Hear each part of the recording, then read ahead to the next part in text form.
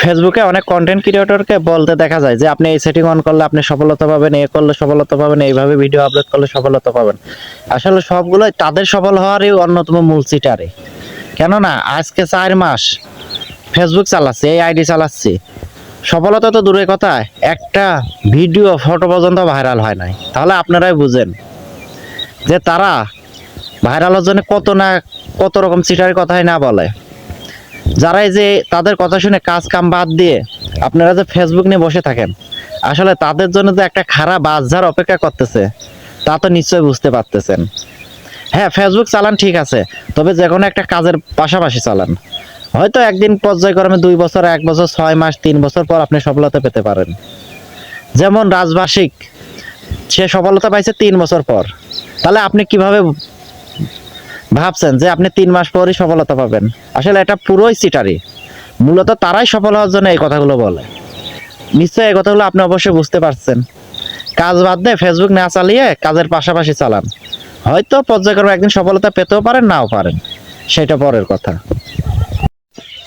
এমন একদিনের অপেক্ষায় আছি, সেই দিন খুশি হয়ে কেঁদে দিয়ে বলবো, ইয়া রব, আপনাকে বিশ্বাস করে আমি কখনো ঠকিনি।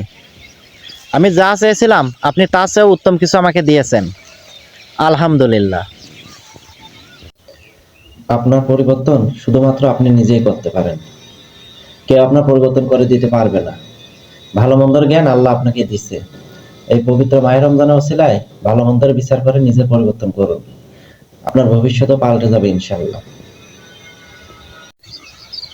মানুষ বলে নিজের যোগ্যতা অনুযায়ী স্বপ্ন দেখতে হয়, আর আল্লাহ সুবহানাহু ওয়া তাআলা বলেন, তুমি স্বপ্ন দেখো এবং সেই অনুযায়ী চেষ্টা করে যাও, পূর্ণ করার দায়িত্ব আমার। সুবহান আল্লাহ।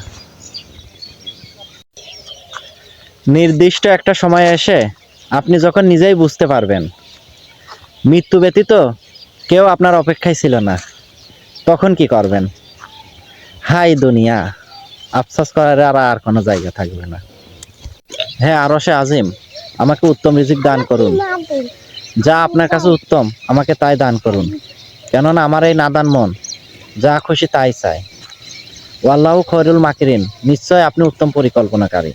আপনার পরিকল্পনা অনুযায়ী আমার জীবনটা গড়ে দিন এবং সেই অনুযায়ী যেন আমি চলতে পারি, আমিন। আমার মায়ের জমি খায় মামা, বলে নীতি কথা। আমরা গেলে মামা বলে, আইছো নাকি ভাগনা।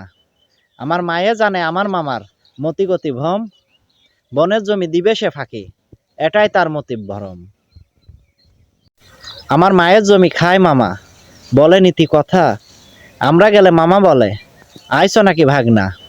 আমার মায়ে জানে আমার মামার মতিগতি ভ্রম, বনের জমি দিবে সে ফাঁকি, এটাই তার মতিব ভরম। চিন্তা করো না, অপেক্ষার শেষটা একদিন সুন্দর হবে।